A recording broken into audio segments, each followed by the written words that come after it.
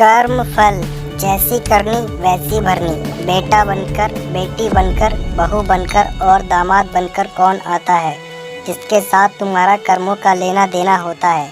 लेना देना नहीं होगा तो नहीं आएगा।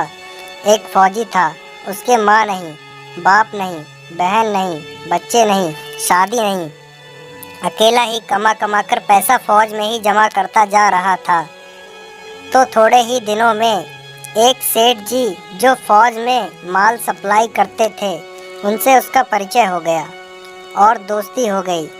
सेठ जी ने कहा, जो तुम्हारे पास पैसा है वह उतने के उतने ही पड़ा है, तुम मुझे दे दो तो मैं कारोबार में लगा दूं तो पैसे से पैसा बढ़ जाएगा। फौजी ने सेठ जी को पैसा दे दिया। सेठ जी ने पैसा कारोबार में लगा दिया। कारोबार उनका खूब चमक गया, खूब कमाई होने लगी, कारोबार बहुत बढ़ गया। थोड़े ही दिनों में लड़ाई शुरू हो गई। लड़ाई में फौजी घोड़ी पर चढ़कर लड़ने गया। घोड़ी इतनी बदतमीज थी कि जितनी जोर से लगाम खींचे उतनी ही तेज भागे। खींचते खींचते उसके गलफर तक कट गए, लेकिन दौड़कर दुश्मन के गोले में जाकर खड़ी हो गई। दुश्मन ने वार किया, फौजी भी मर गया, घोड़ी भी मर गई। अब सेठ जी को पता चला कि फौजी मर गया तो सेठ जी बहुत खुश हुए। अब उसका कोई वारिस भी नहीं है, अब ये पैसा देना किसको। अब मेरे पास पैसा भी हो गया, कारोबार भी चमक गया, पैसा लेने वाला भी कोई नहीं रहा। अब सेठ जी बहुत खुश हुए। तब कुछ दिनों बाद सेठ जी के घर में लड़के का जन्म होता है। अब सेठ जी और खुश हुए कि भगवान की बहुत दया है, कारोबार भी हो गया, लड़का भी हो गया, पैसा लेने वाला भी मर गया। वह लड़का होशियार था, पढ़ने में समझदार था। सेठ जी ने उसे खूब पढ़ाया लिखाया।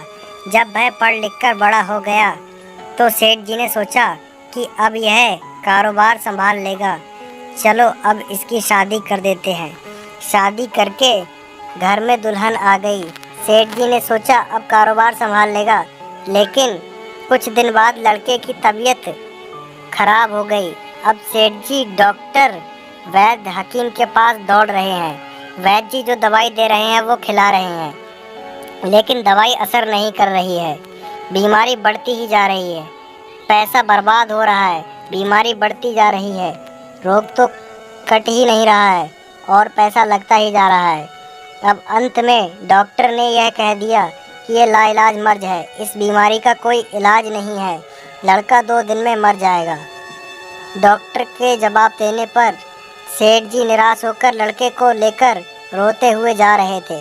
रास्ते में उन्हें एक आदमी मिला। कहा, अरे सेठ जी क्या हुआ, बहुत दुखी लगते हो। सेठ जी ने कहा, यह बच्चा जवान था, सोचा बुढ़ापे में हमारा सहारा बनेगा, शादी होते ही ये बीमार हो गया। इसके लिए खूब पैसा लगा दिया, जिसने जितना मांगा उसे उतना दिया, लेकिन आज डॉक्टरों ने जवाब दे दिया उसे लाइलाज बीमारी है, अब यह नहीं बचेगा, अब घर ले जाओ, यह 2 दिन में मर जाएगा।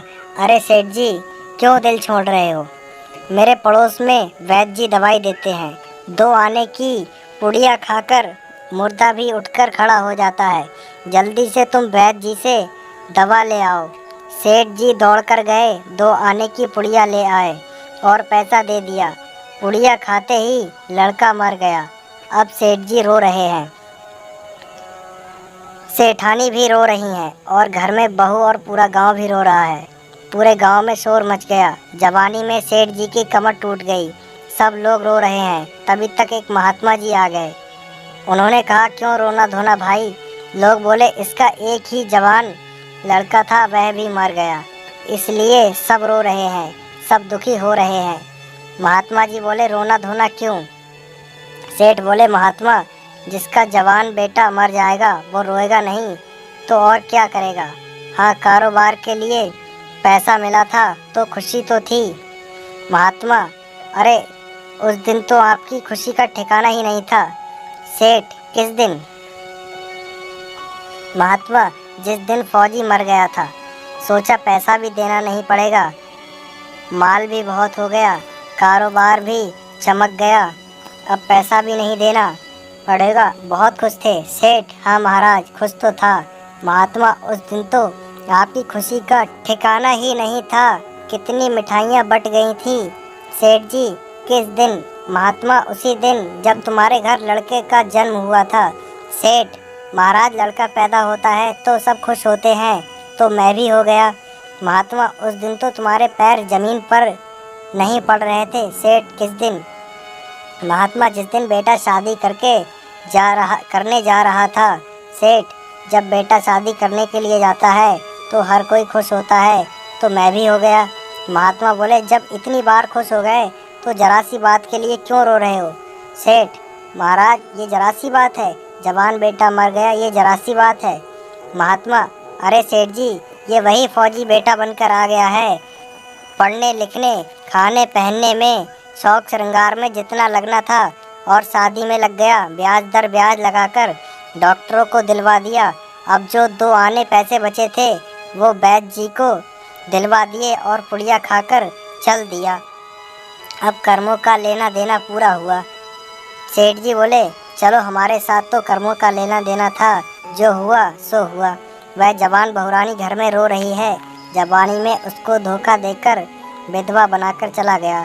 उसका कौन सा अपराध था जो उसके साथ ऐसा किया? महात्मा बोले, ये वही घोड़ी है जिसने जवानी में फौजी को धोखा दिया था। इसने भी जवानी में उसे धोखा दे दिया। कर्मों का लेना देना पूरा हुआ। वेद शास्त्र और पुराणों के साथ साथ सभी संत महात्माओं का भी कहना है कि यह संसार कर्मों का लेखा जोखा है। इसमें जो भी जीव चैतन्य है वह समझदारी से भवसागर पार हो जाएगा। वीडियो अच्छा लगा हो तो लाइक शेयर कमेंट करके बताएं और चैनल को सब्सक्राइब करें ऐसी ही स्टोरीज़ के लिए। मिलते हैं अगली वीडियो में, तब तक बने रहें चैनल पर।